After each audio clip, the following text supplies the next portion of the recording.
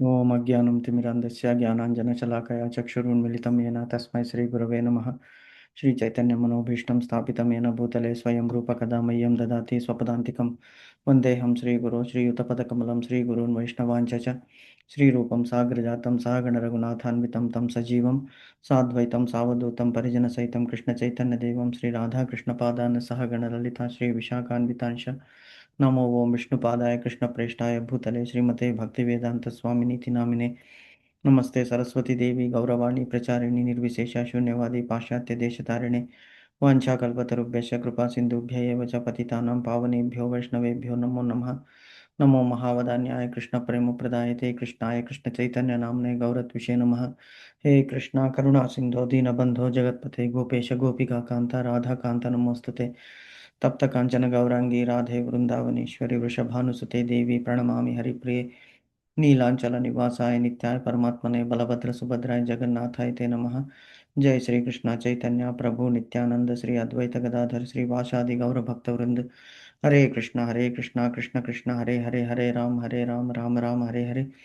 हरे कृष्ण कृष्ण कृष्ण हरे राम राम हरे हरे. हरे कृष्ण कृष्ण कृष्ण हरे राम राम हरे हरे. एकं शास्त्रं देवकी पुत्रगीतम् एको देवो देवकी पुत्र एव च एको मन्त्रस्य तस्य नामानि यानि कर्मस्येकं तस्य देवस्य सेवा. हरे कृष्ण कृष्ण कृष्ण हरे राम राम हरे हरे. हरे कृष्ण माताजी. హరే కృష్ణ ప్రభుజీ. హరే కృష్ణ మాతాజీ. ఓకే మాతాజీ, మనము శ్లోకము చెప్పుకుంటున్నాం కదా ఫస్ట్ చాప్టర్లో. అవును ప్రభుజీ. ఎన్నో శ్లోకం 40th అనుకుంటాను కదా మాతాజీ. ఇప్పుడు 40 40 ప్రభుజీ. 40. ఓకే మాతాజీ, చెప్తారా మాతాజీ? అంటే చదువుతాను ప్రభుజీ. ఓకే మాతాజీ. కులక్షయే ప్రణశ్యంతి కుల ధర్మ సనాతన ధర్మే నష్టే కులం కృష్ణ అధర్మో వివచ్యుత. చాలా కరెక్ట్గా చెప్పారు. ఒక్కటి ఒక కులక్షయే ప్రణశ్యంతి కులధర్మ సనాతన, అది కరెక్ట్గానే ఉంది. ధర్మే నష్టే కులం కృత్స్యం అధర్మోభి భవత్యుత. కృత్స్యం అని కృత్స్యం అని పలకాలి అక్కడ. సరే ప్రభుజీ. కృత్స్యం అంటే సమస్తమైన, అధర్మము అభిభవతి అంటే జయించును అంటే అర్థం అన్నమాట. Okay, nice Mataji. సో అక్కడ ఉన్న మనము 5th చాప్టర్లో 6th శ్లోకము నిన్న 6 అయిపోయింది, 7th చదువుతున్నాం కదా మాతాజీ. అవును ప్రభుజీ. 7th. ఓకే. యోగయుక్తో విశుద్ధాత్మ విజితాత్మ విజితేంద్రియ సర్వభూతాత్మ భూతాత్మ కుర్వన్నపి నా లిప్యతే. అంటే ఏం చెప్తున్నాడు భగవంతుడు? భక్తి యోగంతో కర్మను అనురించిన వాడు విశుద్ధాత్ముడు, తన మనస్సును ఇంద్రియములను నియంత్రించినవాడు అందరికీ ప్రియమై ఉండును అని చెప్తున్నాడు. అందరూ అతనికి ప్రియులై ఉందరు. అట్టి వ్యక్తి ఎల్లప్పుడూ కర్మలను ఆచరిస్తున్నాను, ఎన్నడూను బద్ధుడు కాదు. యోగయుక్త అంటే ఏ యోగము అంటే కృష్ణ భావనామృతం అనేటువంటి యోగము. సో భక్తి సేవలో నెలకొనేటువంటి వాడు. దీని మీనింగ్స్ చూడండి. యోగయుక్త అంటే భక్తియుక్త సేవలో నెలకొనినటువంటి వాడు. యోగయుక్త భక్తియుక్త సేవ అంటే డివోషనల్ సర్వీస్. కృష్ణ భావనామృతంలో నెలకొనినటువంటి వాడు అన్నమాట. నేను షేర్ చేయలేదనుకుంటాను, ఒక్క నిమిషం షేర్ చేస్తాను.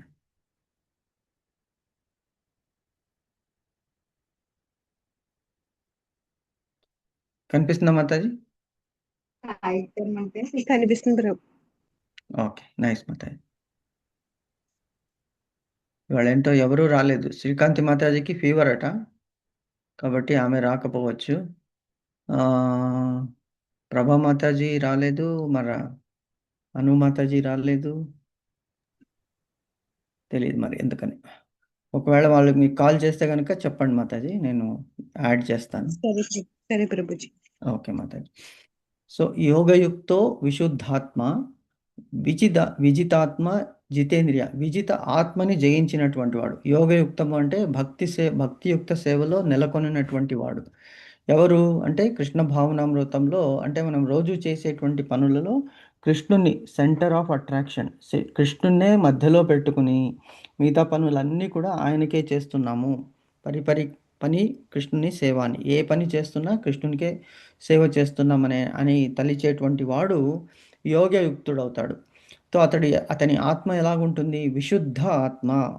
శుద్ధ ఆత్మ. ఆత్మ అంటే తెలుసు కదా! ఆత్మ అంటే ఒక చేతనము. మన శరీరంలో ఉన్నటువంటి చేతనము. అది ఎటువంటిది ఉండాలి? శుద్ధంగా ఉండాలి. కానీ ఇక్కడ భగవంతుడు అంటున్నాడు విశుద్ధము అంటే విశేషమైనటువంటి శుద్ధి. ఇప్పుడు జ్ఞానము అని అంటాం. జ్ఞానం అంటే నాలెడ్జ్. విజ్ఞానం అంటే విశేషమైనటువంటి జ్ఞానము.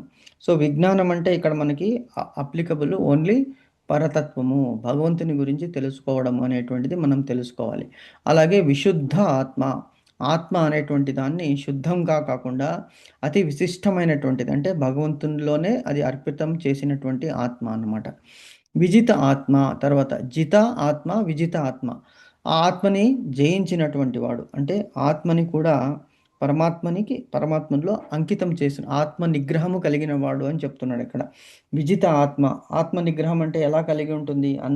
అందరి పట్ల భూతదయ కలిగినటువంటి వాడు. జిత ఇంద్రియః. ఇంద్రియాలనే జయించినటువంటి వాడు. చూడండి, ఈ శ్లోకము చాలా వెరీ వెరీ ఇంపార్టెంట్ మనకి. అంటే కృష్ణ భావనామృతంలో ప్రోగ్రెస్ చేసేటువంటి వాడి లక్షణాలు చెప్తున్నాడు ఇక్కడ. ఈ భక్తియుక్త సేవలో నెలకొనేటువంటి వాడు ఏం చేస్తాడంటే అతని ఆత్మ చాలా శుద్ధంగా పవిత్రంగా ఉంటుంది.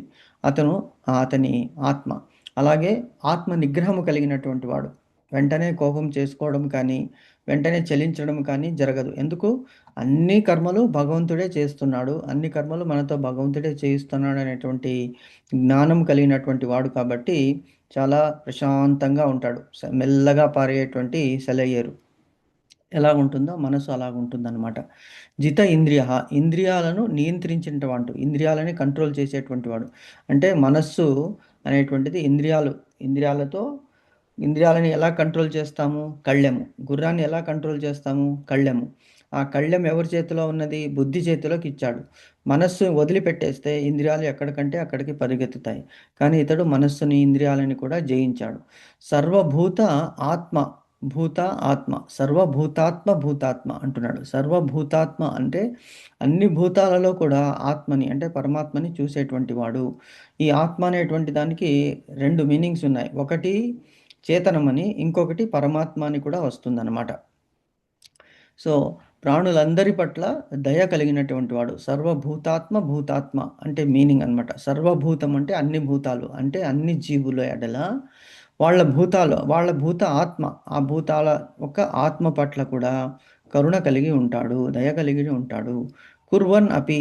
కర్మలలో నెలకొన్నప్పటికీ అంటే ఏ పని మనకి చూసేటప్పటికి మామూలుగా అన్ని పనుల్లో ఇంట్రెస్ట్‌తో చేస్తున్నాడే వీడు, అసలు భౌతిక జ్ఞానంతోనే ఉన్నాడే అని అనిపిస్తుంది. కానీ అతడు అంటనట్లుగా ఉంటాడు. నా లిప్యతే. ఎన్నడును బద్ధుడు కాదు. దానికి ఎలాగా? ఇప్పుడు తామర కొలను ఉందనుకోండి. ఒక కొనలో తామర ఆకులు ఎలా ఉంటాయి? ఆకుల మీద నీళ్లు పడుతూనే ఉంటుంది. అయినప్పటికీ కూడా అది చలించదు. అంటే అంటిపెట్టుకోదనమాట. ఆ నీటిని అంటిపెట్టుకోదు. అది కొలను అంటే చుట్టుపట్ల ఎలా ఉంటుంది? మురికి ఉంటుంది. మనం చూసే ఉంటాం. స్టాగ్నెంట్ వాటర్‌లో కమలం అనేటువంటిది వికసిస్తుంది. అయినప్పటికీ తన చుట్టుపక్కల ఉన్నటువంటి వాతావరణానికి అది చలించదు. సో, అలాగే కృష్ణ భావనామృతంలో ఉన్నటువంటి వాళ్ళు కూడా ఎప్పుడూ వాళ్ళు వేరే ఏ పరిస్థితుల్లో కూడా వాళ్ళు చలించరు అని చెప్తున్నాడనమాట ఈ శ్లోకంలో భగవంతుడు. సో, అది మనం ఇక్కడ అర్థం చేసుకోవాలి. ఓకే. సో, యోగయుక్తో విశుద్ధాత్మ, విజితాత్మ, జితేంద్రియః. ఆత్మని జయించినటువంటి వాడు, ఇంద్రియాలను జయించినటువంటి వాడు, సర్వ ప్రాణుల పట్ల హితము కలిగినటువంటి వాడు, కుర్వన్నపి నా లిప్యతే. ఏ పని చేస్తున్నప్పటికీ కూడా ఆ పని యొక్క ఫలితాలని తను అంటిపెట్టుకోడు అని చెప్తున్నాడు. అటువంటి వాడు ఏమవుతాడు అంటే యోగయుక్తుడవుతాడు. భక్తియుక్త సేవలో నెలకొనేటువంటి వాడు అంటాడనమాట. సో, భక్తి యోగముతో కర్మను వనరించినటువంటి వాడు విశుద్ధాత్ముడు. అదే కర్మయోగం అని కూడా వస్తుందనమాట. కర్మయోగము, భక్తి యోగము సైమల్టేనియస్‌లీ సినానిమస్. కర్మయోగం అంటే కర్మ చేస్తున్నాము, ఫలితం అంటట్లేదు. కానీ భక్తి యోగంలో ఏముంది? ఆ కర్మలన్నీ చేస్తున్నాము, ఫలితం అంటించుకోవడం లేదు. అది భగవంతునికే అర్పితం చేస్తున్నాం కాబట్టి అది భక్తి యోగం అయిపోతుంది. అటువంటి వాడు విశుద్ధాత్ముడు. తన మనస్సును, ఇంద్రియములను నియంత్రించినవాడు. అందరికీ ప్రియమై ఉండును. అందరికీ మనం చూస్తున్నాం. ఇప్పుడు కొంతమంది ఎంత టెన్షను, ట్రబులు ఉన్నప్పటికీ కూడా చాలా శాంతంగా ఉంటారు. ఎందుకు అంటే వాళ్ళు ఆ కర్మలని బైండ్ చేసుకోరు. తనే చేస్తున్నాను, తన వల్లనే అదే అయింది లేకపోతే తన వల్లే అది కాలేదు అని ఎప్పుడూ అనుకోరు. సరే మన ప్రయత్నం మనం చేశాము. ఇక భగవంతుని ఇచ్చ. భగవంతునికి మనస్సులో ఏదుందో అదే జరుగుతుంది. కానీ మన మనసులో ఉన్నది జరగదు. కాబట్టి మనం ఏమనుకోవాలి? భగవంతుని మనస్సులో ఏది మంచిదో మనకి అదే జరుగుతుంది అని అనుకున్నటువంటి వాడు టెన్షన్ లేకుండా ఉంటాడు. అందరికీ కూడా ప్రియమై ఉంటాడు. మీరు చూడండి ఎప్పుడూ నవ్వుతూ ఉన్న వాళ్ళని మనం ఎలాగా నవ్వు మొఖమే మనకి మనస్సులో ఉండిపోతుంది. కానీ ప్రతిసారికి చీదరించుకునేటువంటి వాళ్ళు, కోపం చేసుకునేటువంటి వాళ్ళు, కటువుగా మాట్లాడేటి వాళ్ళని దూరంగా ఉంటాం మనం. కాబట్టి ఇది ఎగ్జాంపుల్ మనకి శ్రీరామచంద్రుడు. శ్రీరామచంద్రుడు ఎలాగంటే మితభాషి. First he will talk. అంటే అతను ఎదుటి వాళ్ళని తనే పలకరిస్తాడు. "ఏమమ్మా? ఏమయ్యా? బాగున్నారా? ఎలా ఉన్నారు? ఏమిటి? ఇంట్లో అందరూ బాగున్నారా?" తనే చిరు మందహాసంతో పలకరిస్తాడు. సో, అందుకే అంటారు smiles will carry you miles. Smiles అంటే మనం ముఖంలో పెదవులు ఎప్పుడైతే నవ్వుని ప్రదర్శిస్తుంటాయో అప్పుడు అందరికీ.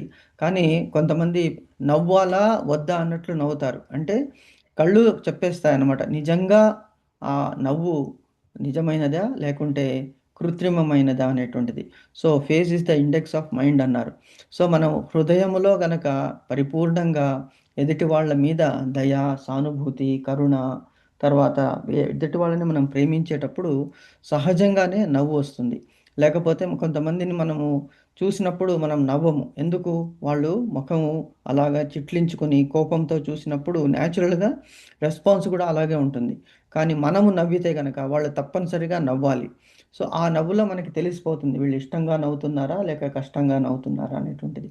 సో, ఇక్కడ ఈ కృష్ణ భావనామృతంలో ఉన్నటువంటి వాడు సేవతో సేవా దృక్పథంతోనే ఉంటాడు కాబట్టి, అతడు ఏం చేస్తాడు? అందరికీ ప్రియంగా ఉంటాడు. అందరూ అతనికి ప్రియంగా ఉంటారు. అతను అందరికీ ప్రియంగా ఉంటాడు అని చెప్తున్నాడనమాట. అట్టి వ్యక్తి ఎల్లప్పుడూ కర్మలను ఆచరిస్తున్నాను. ఎన్నడూను బద్ధుడు కాదు. అంటే he is not bound by his actions అని చెప్తున్నాడనమాట. సో, ఇది మనము కూడా మన జీవితాల్లో అలవరించుకోవాలి. భగవంతుడు చెప్పినట్లు మనం ఎప్పుడూ కూడా కర్మల ఫలితాలని పట్టుకోకూడదు. తర్వాత అందరి పట్ల భూతదయ ఉండాలి. తర్వాత భగవంతుని పట్ల మనకి ఆ భక్తి ఉండాలి. అంటే అన్ని కర్మలు భగవంతుడే మనలో ఉండి చేయిస్తున్నాడు. నాహం కర్త హరికర్త అనేటువంటిది. సో, ఇప్పుడు భాష్యం చదువుదాం మాతాజీ. కృష్ణ చైతన్యముతో ముక్తి మార్గమున పయనించు వ్యక్తి జీవులందరికిని పరమ ప్రియుడై ఉండును. మనం చూస్తున్నాం ఇప్పుడు. ఎస్పెషల్లీ మనకి ఇస్కాన్‌లో మీరు గనక ఇస్కాన్ మందిరంలో వెళ్తే అక్కడ ప్రతి ఒక్కళ్ళకి ఒకటే డిసిప్లిన్. ఒకటే అంటే అందులో చాలామంది మనం చూస్తున్నాం. మేము కలకట్టాలో ఉన్నప్పుడు చూసాము. అక్కడ చాలామంది నవద్వీప్ అని ఉంటుంది. మాయాపూర్ అని కలకట్టా నుంచి 120 కిలోమీటర్ల దూరంలో మాయాపూరి అనేటువంటిది అక్కడ పెద్ద కృష్ణ మందిరం ఉన్నది. అదే హెడ్ క్వార్టర్స్. ఇస్కాన్‌కి హెడ్ క్వార్టర్స్ అదే మాయాపూర్ కల్కట్టా దగ్గర. అక్కడ ఎందుకంటే చైతన్య మహాప్రభు నివసించినటువంటి ప్లేస్ కాబట్టి అక్కడ ఆ మందిరాన్ని నెలకొల్పారు. అక్కడ ఎంతోమంది మేము రూరల్ ప్లేసెస్‌లో ఉన్నాం. కలకట్టాలో రూరల్ ప్లేసెస్‌కి వెళ్ళినప్పుడు వాళ్ళకసలు చదువు అనేటువంటిదే రాదు. చాలా అసలు జీవితం కూడా దుర్భరం అక్కడ. వాళ్ళకి చూసాం మొన్నటి వరకు బీజేపీ గవర్నమెంట్ వచ్చేంత వరకు కూడా అక్కడ చాలా భయంగా బతికేటువంటి వాళ్ళు. రోజు గడపడమే కష్టము. కానీ వాళ్ళలో కృష్ణ భక్తి ఎంత ఎక్కువగా ఉందంటే ఏ పని ఉన్నప్పటికీ కూడా కృష్ణుడిని తలుస్తూనే ఉంటారు. సో, వాళ్ళకి పెద్దగా చదువుకోలేదు. కానీ వినయము, వినమ్రత అనేటువంటిది చాలా ఎక్కువున్నది. ఎందుకంటే ఎవరైతే కృష్ణ భావనామృతంలోకి వచ్చేస్తారో ఆటోమేటిక్‌గా ఆ పరిమళము, ఆటోమేటిక్‌గా ఆటి పరివర్తన వాళ్ళలో కలుగుతుందనమాట. అదే చూస్తున్నాం ఇక్కడ. కృష్ణ చైతన్యంలో ముక్తి మార్గమున పయనించు వ్యక్తి జీవులందరికిని పరమ ప్రియుడే ఉండును. నాట్ జస్ట్ ప్రియుడు. ప్రియుడంటే ఇష్టమైనటువంటి వాడు. పరమ ప్రియుడంటే చాలా ఎక్కువ. అంటే హైయెస్ట్ అండ్ పరమం అంటే ఉత్కృష్టమైనటువంటిది. చాలా ఎక్కువగా ప్రియుడై ఉంటాడనమాట. అంటే వాళ్ళని చూడకుండా ఉండలేము అనేటువంటిది. మేము కూడా కలకట్టాలో ఉన్నప్పుడు మాకు ఫస్ట్ మేము 2012లో కృష్ణ భావనామృతంలోకి వచ్చాము. అంతవరకు మనకి ఏదో మన పనులు అవి ఇవి ఆ తర్వాత ఈ వివిధ దేవతలను కూడా ఆరాధించేటువంటి వాళ్ళము. సరైనటు గైడెన్స్ గానీ, సరైనటువంటి డైరెక్షన్ గానీ లేదు. అక్కడ మనకి చెప్పారనమాట. కృష్ణ భావనామృతంలో రండి. మీరు వచ్చి చూడండి మీలో ఎంతటి పరివర్తన వస్తుందని. అంటే నిజంగానే అక్కడ చాలా చేంజ్ వచ్చేసింది. అక్కడ ఒక మనకి అశోక్ అగర్వాల్ అని ఒక ప్రభువు ఇట్లా భక్తి వృక్షం అనేటువంటిది ఎవ్రీ వీక్ నడిపేటువంటి వాళ్ళు. వాళ్ళ ఇంటికి ఆల్మోస్ట్ 40-50 మెంబర్స్ మేము వచ్చేవాళ్ళం every Sunday morning. So morning 8 o'clockకి క్లాస్ స్టార్ట్ అయ్యేది. 8 to 8:45, 9 అనమాట. సో అదంతా అయిన తర్వాత అంటే ఫస్ట్ కీర్తనలతో స్టార్ట్ అయ్యేది. తర్వాత భగవద్గీత శ్లోకం చదివి ఆ తాత్పర్యాలు అవి డిస్కస్ చేసి, అందులో ఒక డాక్టర్ అతను ఉండేవాడు. డాక్టర్ ప్రభు అని అతన్ని అనేవాళ్ళము. చాలామంది వేరే వేరే ప్రొఫెషన్స్, వేరే వేరే ఫీల్డ్స్ నుంచి బిజినెస్ మెన్ వచ్చేటువంటి వాళ్ళు, ఇంజనీర్స్, డాక్టర్స్ అందరూ కూడా బిజినెస్ మెన్ను, మామూలు సాధారణ మనుషులు కూడా వచ్చేటువంటి అంటే సాధారణ జీవితం గడిపేటువంటి వాళ్ళు కూడా వచ్చేటువంటి వాళ్ళు. సో అక్కడ ఆయన ఎంత హంబుల్ అంటే అందరితోనూ కూడా కలుపుగోలుతనంగా నవ్వుతూ వాళ్ళందరికీ, వాళ్ళ ఆవిడ కూడా అంతే. వాళ్ళు అక్కడ క్లాస్ అయిన తర్వాత అందరికీ కూడా అల్పాహారం ఇచ్చేటువంటి వాళ్ళు ఎవ్రీ సండే. ఆ భక్తి అదేమిటి ఈ సమావేశం అనేటువంటిది భక్తియుక్తం అనేటువంటి అందరూ కలిసినప్పుడు ఒక్కసారి గుమి కూడితే అంటే ఆ రోజు 3 క్లాసులు ఉండేది. మార్నింగ్ 8 to 9, అలాగే మళ్ళీ మధ్యాహ్నము 11 to 12, మళ్ళీ ఈవినింగ్ 5 to 6 అన్నమాట. అలాగుండేది. అంటే ప్రతి ఒక్కళ్ళు అప్పుడు ఎవ్రీ సండే ముగ్గురింట్లో ఉండేది. క్లాస్ అయిన తర్వాత ఆయన అందరికీ పేరు పేరున పిలిచి వాళ్ళ ఆవిడ అరేంజ్ చేసేవాళ్ళనమాట. అల్పాహారము అందరికీ ఇచ్చిన తర్వాత వాళ్ళు స్వీకరించుకునేవాళ్ళు. అంటే నవ్వుతూనే ఉండేవాళ్ళు. ఏకాదశి మొత్తము ఆయన ఉపవాసం చేసిన పెదవి పైన చిరునవ్వు అంటూ మాసేది కాదు. అంటే ఇద్దరు కూడా అలాగే ఉండేవాళ్ళు. వాళ్ళ వాళ్ళ పిల్లలు కూడా అంతే.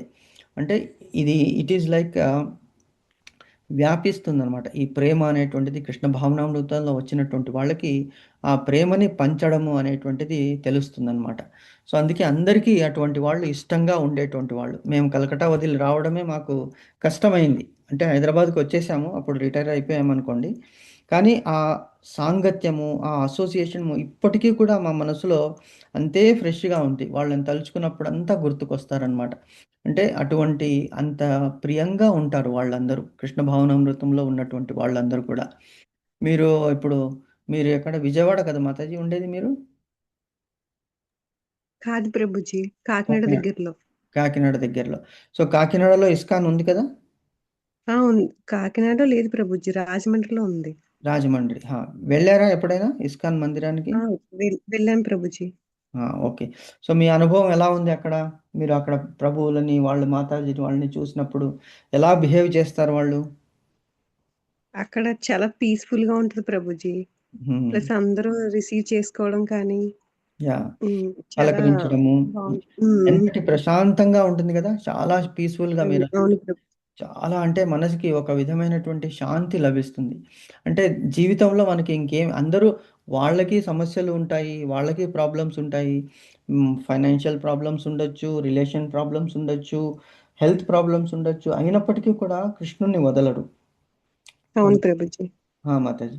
సో, అంటే అది ఇట్ ఈస్ లైక్ ఏమంటారు association very, very important. So, వాళ్ళ నుంచి మనకి అది అలవడుతుంది. మనం నేర్చుకుంటాం. సో, ఇలాగ బిహేవ్ చేయాలి. అసలు భగవంతుడే మనల్ని క్రియేట్ చేసిందే ప్రేమని పంచడానికి. భగవంతుడు దిగి వచ్చింది కూడా ప్రేమని పంచడానికి. కృష్ణావతారానికి ఉద్దేశ్యం ఏమిటంటే ప్రేమని పంచడానికి బేసికలీ. కంస వధార్తాయ అంటాడు. నేను వచ్చిందే దుష్టులని శిక్షించడానికి, శిష్టులని రక్షించడానికి. ప్రేమని గోపికలు చూడండి. గోపికల మీద ఎంత ప్రేమ కృష్ణునికి. గోపికలకి కూడా కృష్ణుని మీద అంతటి ప్రేమ. ఎలాగొచ్చిందంటే కృష్ణుని దగ్గర ఉన్నారు కాబట్టి ఆ కృష్ణునిలో ఉన్నటువంటి ప్రేమ వాళ్ళకి వ్యాపించింది. కాబట్టి వాళ్ళు కృష్ణుని వదిలి ఒక్క నిమిషం కూడా ఉండలేరు. అలాగే కృష్ణుడు కూడా వాళ్ళని వదిలి ఉండలేడు. Physically they may be distant, but మానసికంగా వాళ్ళలోనే ఉన్నాడు, మనసులోనే ఉన్నాడు అంటాడు కృష్ణుడు.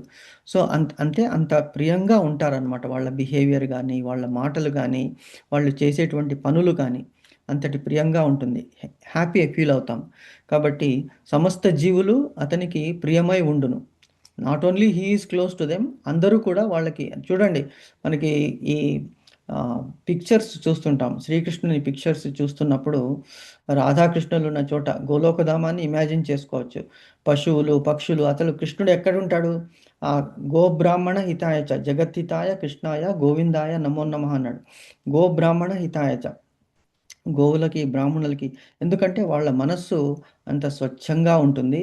అంత సాధు ప్రియులు అన్నమాట వాళ్ళందరూ. గోవు అనేటువంటిది సాధు ప్రియ, సాధు జంతువు. అలాగే బ్రాహ్మణులు, అలాగే వైష్ణవులు, మనం అందరూ కూడా వైష్ణవుల్లోకి వస్తాము. కాబట్టి ఆ ప్రేమ అనేటువంటిది మనలో ఎక్కువగా పొంగి పొర్లుతుందన్నమాట.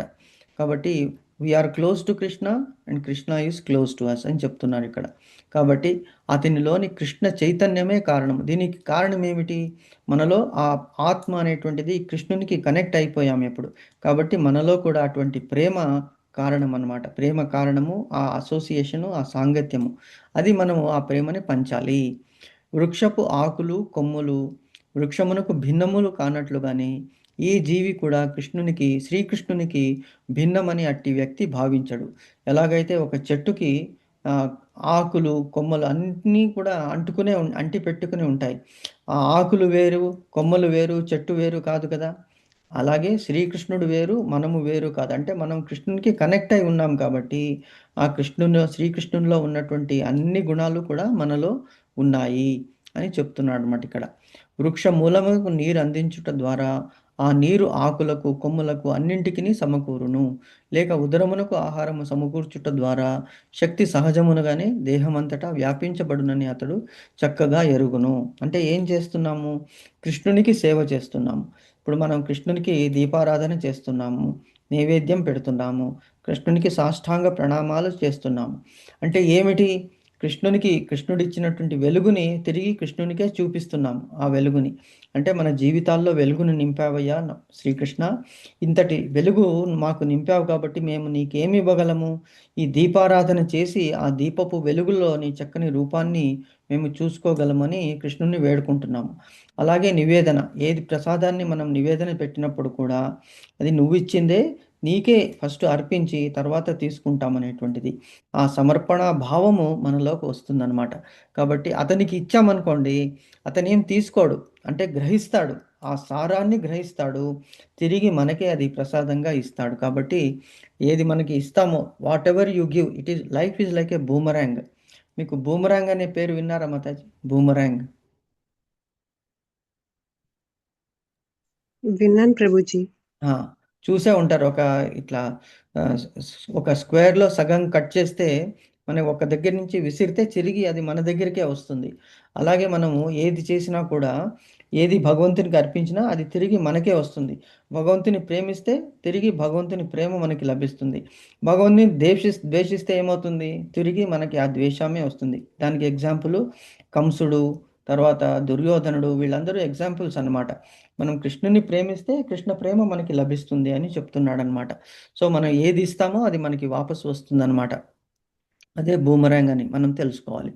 కృష్ణ చైతన్యంలో కూడి కర్మ చేయు వ్యక్తి దాసునికి వలె అందరినీ సేవించుట ద్వారా అతడు అందరికీ ప్రియమగును. అందుకే మనకి ఎందుకు అక్కడ అంత ఇష్టంగా ఉంది? ఇప్పుడు మనం వేరే టెంపుల్స్ కూడా వెళ్తాము.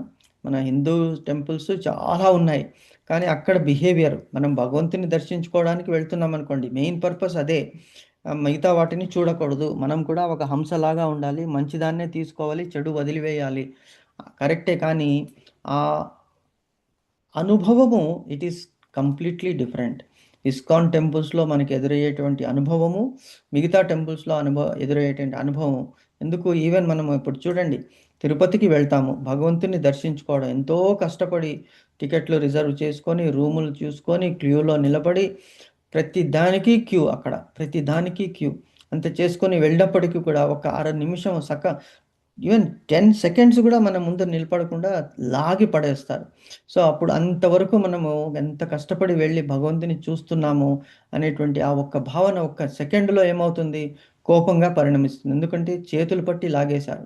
లాస్ట్ ఇయర్ మేము వెళ్ళాము తిరుపతికి. వెళ్ళినప్పుడు మా ఆవిడ ఒక్క నిమిషం ఇంకా జరుగుతూనే ఉంది. కానీ ఆవిడ మొరటు చేతులతో లాగి పడేయంగానే చేతులంతా నొప్పెట్టేసింది మా ఆవిడకి. అంటే వాళ్ళు చూసుకోరు. అంతే, వాళ్ళ పని వాళ్ళు చేస్తున్నారనుకోండి. కానీ అదే మనకి ఇస్కాన్‌లో వెళ్తే ఏమంటారు? చేతులు మొక్కి ముందుకు జరగండి, ముందుకు జరగండి, ముందుకు జరగండి అని అంటుంటారు. ప్రతి ఒక్కళ్ళు దర్శించుకోవడానికే వస్తారు కానీ అక్కడే నిలబడిపోవడానికి కాదు. సో అంటే అనుభవము ఇట్ ఈస్ ఎంటైర్‌లీ డిఫరెంట్. ప్రేమ అనేటువంటిది భగవంతుని ముందే నిలబడ్డారు. కానీ అంత క్రూరంగా మట్టుకు ప్రవర్తించకూడనటువంటి భావన ఉండదనమాట. సో అందుకు చెప్తున్నామంటే సేవ చేసేటువంటి వాడు ఎలాగుండాలి? సేవకుడు అందరూ మాస్టర్స్, నేను సేవకుడు అనేటువంటి భావన ఈ కృష్ణ భావనామృతంలో వచ్చినటువంటి వాళ్ళకి ప్రతి ఒక్కళ్ళకి అణువులో కూడా అది ఉంటుందన్నమాట. అందుకే ఆ అణకువ, ఆ వినమ్రత, ఆ ప్రేమ అనేటువంటిది పొంగి పొర్లుతూ ఉంటుంది కృష్ణ భావనామృతంలో ఎవరైతే వస్తారో. ఎందుకంటే కృష్ణుడు అలాగ పంచాడు తన ప్రేమని. కాబట్టి మనము కూడా కృష్ణుని ద్వారా అది నేర్చుకుని మిగతా వాళ్ళకి కూడా మనము ఎవరితో అయితే సంబంధం పెట్టుకుంటామో వాళ్ళందరితో కూడా అటువంటి ప్రియంగా వర్తించాలి అని ఇక్కడ చెప్తున్నాడు. సో వీళ్ళందరూ ఈ కృష్ణ భావనామృతంలో ఉన్నటువంటి వాళ్ళు శుద్ధమైనటువంటి అంతరంగాన్ని కలిగి ఉంటారు. ఎప్పుడు శుద్ధంగా ఉంటుంది అంతరంగము, మన మనస్సు వేరే వాళ్ళ మీద ద్వేషము లేకుండా ఉన్నప్పుడు మట్టుకే శుద్ధంగా ఉంటుంది మన మనస్సు. కాబట్టి అట్లు మన మనస్సుని నియంత్రించినచో మనస్సుతో ఇంద్రియాలన్నీ కూడా నియంత్రించబడతాయి. అంటే ఎప్పుడైతే మనస్సుని కంట్రోల్ చేసుకుంటామో అప్పుడు ఇంద్రియాలు ఏమిటి? చేతులు, కాళ్ళు, కళ్ళు, చర్మము, ముక్కు, చెవులు ఇవన్నీ కూడా ఈవెన్ థాట్ ప్రాసెస్ ఒక కంట్రోల్లో ఉంటుంది. లేకపోతే ఏమవుతుంది? మనస్సులో ఉన్నటువంటి అలజడి చేతుల్లోకి, కాళ్ళలోకి వచ్చేస్తుందనమాట. మనస్సు నిర్మలంగా పెట్టుకుంటే అన్నీ కూడా మనస్సు కంట్రోల్లో ఉంటుంది అని ఇక్కడ చెప్తున్నారనమాట ఇందులో. కాబట్టి అతని మనస్సు శ్రీకృష్ణునిలో నెలకొని ఉంటుంది. అంటే ఏ పని చేస్తున్నప్పటికీ కూడా కృష్ణ కృష్ణ కృష్ణ కృష్ణ అనేటువంటి భావన ఆ మనస్సులో మెదులుతూ ఉంటుంది. ఎప్పుడైతే ఆ కృష్ణుడు మనస్సులో ఉంటాడో న్యాచురల్గా ఆ ప్రకంపనలు మన బిహేవియర్ మీద చూపిస్తుంది అనమాట. సో శ్రీకృష్ణుని మీద నెలకొని ఉండుట చేత శ్రీకృష్ణుని నుండి అతడు దూరమగుట కానీ కృష్ణ సేవను విడిచి ఇతర కర్మలలో ఇంద్రియాలను నెలకొల్పునట్టి అవకాశము కానీ కలిగి ఉండడు. అంటే ఎప్పుడు ఆల్వేస్ 24/7 365 డేస్ ఏ ఇయర్ కృష్ణ అని కృష్ణున్నే అంటిపెట్టుకొని ఉంటారు. కాబట్టి అతనికి ఆ భావనామృతము అంటే ఆ ప్రేమ అతని నుంచి దూరము కాదనమాట. అతడు ఏం చేస్తాడు? కృష్ణునికి సంబంధం లేని ఏ విషయములను వినగోరడు. ఇది చాలా చాలా ఇంపార్టెంట్. ఇప్పుడు మనకి ప్రభుపాదులు వారు ఏం చెప్పారు? మీరు టీవీ చూడకండి, న్యూస్ పేపర్స్ చదవకండి, టీ తాగకండి, ఎక్కువ టీ ఎక్కువ కాఫీలు తాగకండి. అంటే బేసికలీ మాంసాహారం సేవించకండి, జూదం ఆడకండి, ఇల్లిసిట్ రిలేషన్షిప్స్ అంటే వేరే సంబంధాలు కలిగి ఉండకండి అని ఇవన్నీ చెప్తున్నాడు. ఎందుకు చెప్తున్నారు ఆయన అంటే మనస్సుని శుద్ధంగా ఉంచుకోవడానికి. అనవసరంగా టీవీ చూసాము, టీవీలో వచ్చిందే వచ్చిందే వచ్చిందే వచ్చిందే చూపిస్తూనే ఉంటారు. మంచి చూపించడానికి వాళ్ళకి టైం లేదు, చెడు చూపించడానికే టైం లేదు, మంచిని ఎక్కడ చూపిస్తారు? కాబట్టి మన మనసు ఏమవుతుంది? చూసింది, ఎస్పెషలీ కళ్ళు. Eye is the index of mind and extension the soul అన్నాడు. అంటే మన మనస్సు ఏమిటంటే కళ్ళు అవి కెమెరా కంటే బలవంతమైనవి. ఏది చూసిందో అది మనసులో వెంటనే హత్తుకొని పోతుంది. కాబట్టి మనం ఏది చూడాలి, ఏది చూడకూడదు అనేటిది మనసుకి ట్రైన్ చేయాలి. అందుకే టీవీలో ఎక్కువ మనము అనవసరమైనటువంటి సీరియల్స్ కానీ, అనవసరమైనటువంటి యాడ్స్ కానీ మనం చూస్తే మనసు కలుషితం అవుతుంది. దాని బదులు ఆ టైంని భగవంతుని ధ్యానంలో మనం గడిపితే అప్పుడు మన మనస్సు ఏ వికారాన్ని పొందదు అని చెప్తున్నాడనమాట. సో శ్రీకృష్ణునితో సంబంధం లేని ఏ విషయాలను అతడు వినగోరడు, చూడడు. శ్రీకృష్ణునికి అర్పించబడని ఏ పదార్థమును అతడు తినగోరడు. అంటే బయట బయట తినడం కానీ, బయట తాగడం కానీ చేయకూడదు. ఎందుకు? అక్కడ ఎవరెవరు ఏదేది చేస్తారో, ఎలాగుంటారో అనేటువంటిది మనకి తెలీదు. కాబట్టి వాళ్ళ మనసులో ఉన్నటువంటి వికారాలు వాళ్ళు వండినప్పుడు ఆ మనస్సులో ఉన్నటువంటి వికారాల ప్రభావము మనకుంటుంది. ఇంకొక విషయం ఏంటంటే ఇప్పుడు మనం భోజనానికి కూర్చున్నప్పుడు మన ఫ్యామిలీలో వాటర్ పెట్టుకుంటాం. ఆ వాటర్ పెట్టుకున్నప్పుడు ఏమిటంటే ఆ వాటరుకి మన భావనాలని గ్రహించేటువంటి శక్తి ఉన్నది. అందుకే పాజిటివ్గా భోజనం కూర్చున్నప్పుడు ఎక్కువ మాట్లాడకూడదు. స్వీకరించేటువంటి ఆహారము, స్వీకరించేటువంటి పానీయాలు కూడా ఏమిటంటే ఆ పదార్థాన్ని అవి గ్రహిస్తాయి అన్నమాట. ఒక్క నిమిషం అతే ನೀವು ಮಾತಾಡ್ರಿ, ನಾನು ನೋಡ್ಕೋತೀನಿ, ನಾ ಕೊಡ್ತೀನಿ, ಬಾ ಬಾ ಡೋಂಟ್ ಗಿವ್ ದಟ್. ಕೊಡಂಗಿಲ್ಲ. ಇತ್ತವ್ ಇತ್ತವ್ ಶೇಕ್ ಶೇಕ್ ಶೇಕ್ ನೀವು ಮಾತಾಡ್ರಿ.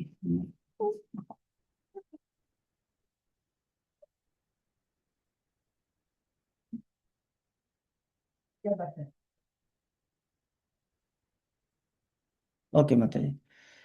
శ్రీకృష్ణునితో సంబంధం లేని ఏ విషయములను అతడు వినగోరడు. శ్రీకృష్ణునికి అర్పించబడని ఏ పదార్థమును అతడు తినగోరడు. అంటే బయటికి ఎందుకు తినవద్దు అంటున్నారంటే ఆ ప్రభావం మన మీద పడుతుంది అని చెప్తున్నారనమాట. శ్రీకృష్ణునికి అర్పించబడని ఏ పదార్థమును అతడు తినగోరడు. అట్లే శ్రీకృష్ణునితో సంబంధం లేని ఏ ప్రదేశమునకు అతడు వెళ్ళగోరడు. అంటే అన్ని ప్రదేశాల్లో శ్రీకృష్ణుడు ఉన్నాడు, కానీ విశేషంగా ఉన్నటువంటి ప్రదేశాలు ఎక్కడున్నాయి, మందిరాలు ఎక్కడున్నాయి, భగవంతుని గురించి ఎక్కడ అసోసియేషన్ ఈజ్ వెరీ ఇంపార్టెంట్. అదే మనం చెప్పాం, ఏబిసిడి అనుకున్నాం కదా. ఏ అంటే అసోసియేషన్, బి అంటే బుక్స్, సి అంటే చాంటింగ్, మనం జపం చేస్తున్నాము, డి అంటే డయట్, ప్రసాదం స్వీకరించాలి అని ఇక్కడ చెప్తున్నారనమాట. కాబట్టి ఇవన్నీ కూడా శ్రీకృష్ణ భావనామృతంలో ఎవరైతే ఉంటారో ఆ వ్యక్తులు ఇటువంటి లక్షణాలు కలిగి ఉంటారు అని చెప్తున్నాడు అనమాట. కాబట్టి ఇవన్నీ చెప్పిన తర్వాత ఇంకోటి ఏం చెప్తున్నాడు, అట్లు నియంత్రించబడిన ఇంద్రియాలు కలిగిన వ్యక్తి ఎవరికిని అపకారము చేయకోరడు. అంటే ఎవరికి కూడా హాని కలిగించాడు. ఎందుకు? అందరిలోని శ్రీకృష్ణుని చూస్తున్నాడు.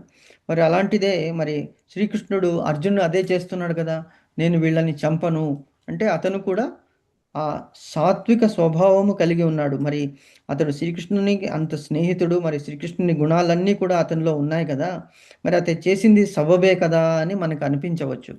కానీ ఇక్కడ ఎక్స్ప్లెయిన్ చేయడం ఏమిటంటే భగవంతుడు శ్రీకృష్ణుడు చేస్తున్నది కరెక్టే. అంటే అందరి పట్ల సానుభూతి, దయ కలిగినది కరెక్టే.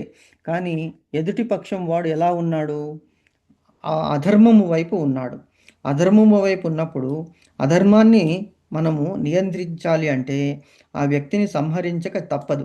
అంటే ఇప్పుడు ఫర్ ఎగ్జాంపుల్ ఒకడు మర్డర్ చేశాడు అనుకోండి, మరి అతనిలో కూడా శ్రీకృష్ణుడే ఉన్నాడు కదా, మరి శ్రీకృష్ణుడే అతనితో చేయించాడు కదా, మరి అతన్ని మనం ఎందుకు వదిలివేయకూడదు అంటే, ఒకసారి అంటే దొంగతనం చేశాడు, అతనిలో కూడా దొంగ ఉన్నాడు. అలాగే ఎన్నో అకృత్యాలు చేసినటువంటి వాళ్ళు అందరిలోనూ కూడా మరి భగవంతుడు ఉన్నాడు కదా, అంటే వాళ్ళు అధర్మము చేస్తున్నారు. అధర్మము చేస్తున్నప్పుడు వాళ్ళకి శిక్ష పడాలి. అందుకే ముందుకు యజ్ఞాల్లో పశు బలి ఎందుకు ఇచ్చేవాళ్ళంటే ఆ పశువుని ఒకే వేటుతో తెంపేవాళ్ళు, దాని మెడని తిప్పినప్పుడు అది ఎక్కువ బాధపడకుండా దానికి మోక్షం లభించేది, నెక్స్ట్ జన్మలో మంచి జన్మ ఎత్తేది అంట ఆ పశువులు. సో అలాగే ఇప్పుడు ఇతన్ని ఇలాగే వదిలేస్తే ఈ పాపకర్మాలు ఇంకా చేసుకుంటూ వెళ్ళి అతనికి జన్మ జన్మాలకి కూడా ముక్తి అనేటువంటిది రాదు. కాబట్టి అధర్మాన్ని అణిచివేయడానికి వాళ్ళని తప్పనిసరిగా సంహరించాలి అని చెప్తున్నాడు అనమాట భగవంతుడు. కాబట్టి యుద్ధరంగమున అర్జునుడు ఇతరులకు ఎందుకు అపకారం చేయాలి, అతడు కృష్ణ చైతన్యవంతుడు కాదా అనేటువంటి క్వశ్చన్స్ మనకి రావచ్చు అని దానికి అతన్ని సమాధానం చెప్తున్నాడు ఇక్కడే. అర్జునుడు చేయు అపకారము కేవలము బాహ్యము మాత్రమే. అంటే ఏంటి? వాళ్ళని సంహరిస్తున్నాడు, కానీ వాళ్ళ ఆత్మ అనేటువంటిది పర్మనెంట్. వాళ్ళు చేసిన అకృత్యాలకి పనిష్మెంట్ ఇస్తున్నాము. ఇప్పుడు మర్డర్ చేసినటువంటి వాడికి హ్యాంగింగ్ పనిష్మెంట్ ఇస్తారు, అంటే అతన్ని ఉరి తీస్తారు. ఎందుకు అంటే అతను మళ్ళీ అటువంటి అకృత్యాలు చేయకూడదని చెప్పేసి. ఇప్పుడు మనకి మిడిల్ ఈస్ట్ కంట్రీస్లో ఉన్నాయి, దుబాయ్ కానీ మిగతా కంట్రీస్లో కానీ ఏంటంటే అక్కడ న్యాయ వ్యవస్థ ఎంతటి కఠినంగా ఉందంటే దొంగతనం చేస్తే అతని చేతులు నరికేస్తారు. అతడు చేయరానటువంటి పాపాలు చేస్తే అతనికి అటువంటి పనిష్మెంట్స్ ఇచ్చేస్తారనమాట. పబ్లిక్లో మానభంగాలు కనుక చేస్తే పబ్లిక్లో అతన్ని నిలబెట్టి అతనికి ఒక 100 కొరడాలతో కొట్టి తర్వాత అతన్ని చంపుతారనమాట, చంపేస్తారు. దెర్ ఈజ్ నో ఎక్స్క్యూజ్ అనమాట అక్కడ. ఎందుకంటే అటువంటి వాడు సమాజంలో బతకడానికి వీలు లేదు. ఇప్పుడు ఫర్ ఎగ్జాంపుల్ పులి వచ్చేసింది అనుకోండి మన ఊర్లోకి, మన పులిలో కూడా భగవంతుడు ఉన్నాడని విడిచిపెడతామా? ఆ పులిని ఎలాగైనా పట్టుకుంటాము. ఒకవేళ పట్టుకోవడం వీలు కాకుంటే దాన్ని చంపడానికి ట్రై చేస్తాము. అలాగే పాము వచ్చింది, పాము కూడా మరి విష జంతువే కదా, దాన్ని వదిలిపెట్టవచ్చు కదా, అంటే అది ఎక్కడైనా ఎవరికైనా అపకారం చేయవచ్చు. కాబట్టి దాన్ని కూడా మనము ఏం చేస్తాము, పట్టి పాముల వాళ్ళతో పట్టించి వదిలివేస్తాం దూరంగా. అది కానప్పుడు చంపేస్తారనమాట. సో ఇలాగా అంటే క్రూరులని శిక్షించడంలో తప్పు లేదు, అన్యాయం చేసేటువంటి వాళ్ళని శిక్షించడంలో తప్పు లేదు అని ఇక్కడ భగవంతుడు మనకి చెప్తున్నాడు అనమాట. కాబట్టి ఇక్కడ కురుక్షేత్రంలో అసలు ఎవరూ మరణించలేదు. ఎందుకు? కృష్ణుడు అన్నాడు, వీళ్ళందరి మరణాలని నా చూపుతో నేను తీసేసుకున్నాను, కేవలం నీ బాణముతో వాళ్ళ శరీరాన్ని తాకాలి అంతే, నువ్వే ఆ కీర్తి తీసుకోవాలి అని నీతో చేయిస్తున్నాను అని కృష్ణుడు అంటాడనమాట. సో ప్రత్యక్షముగా రణరంగంలో నిలిచి ఉన్నట్టి శ్రీకృష్ణుని ఆదేశానుసారము వస్త్రాల వంటి వాళ్ళ దేహాలను మాత్రమే మార్చాను. ఏం చేశాడు? ఇప్పుడు నైనం చిందంతి శస్త్రాన్ని నైనం దహతి పావక నచైనం క్లేదయంత్యాపో నశోషయతి మారుత. ఆత్మకి నాశనము లేదు, నాశనం ఉన్నది కేవలం దేహానికే. కాబట్టి మన దేహము మీద వస్త్రాలు ఎలాగైతే మారుస్తామో అలాగే ఆత్మ కూడా ఒక దేహం నుంచి ఇంకొక దేహానికి వెళుతుంది వాళ్ళ కర్మానుసారము. కాబట్టి అదే చెప్తున్నాడు, వీళ్ళు కర్మ చేశారు, వీళ్ళకి పనిష్మెంట్ ఇవ్వాలి, కాబట్టి వీళ్ళని సంహరించు అని కృష్ణుడు ఆదేశించాడనమాట. కాబట్టి కురుక్షేత్ర రంగంలో యుద్ధము చేసినను అర్జునుడు వాస్తవంగా యుద్ధము చేయని వాడయ్యను. ఎందుకు? బికాస్ భగవంతుడు చెప్పాడు, చెప్పిన దాన్ని పాటించాడు, కాబట్టి కర్తవ్య పాలన చేశాడు అతను. కాబట్టి అతడు సంపూర్ణ కృష్ణ చైతన్యంతో శ్రీకృష్ణ భగవానుని ఆదేశాలను నెరవేర్చాడు. కనుకనే అట్టి వ్యక్తి ఎన్నడును కర్మఫలాలచే బద్ధుడు కాడు. He is not bound by his actions. కృష్ణుడు చెప్పాడు కాబట్టి చేశాము. ఎందుకు? భగవంతుడి ఆదేశాలు మనం ఏది చేస్తే ఆ కర్మ ఫలితాలు మనకి అంటదు, అన్నీ భగవంతునికే చేరుతాయి అనేటువంటిది ఈ శ్లోకంలో మనము తెలుసుకున్నాం మాతాజీ.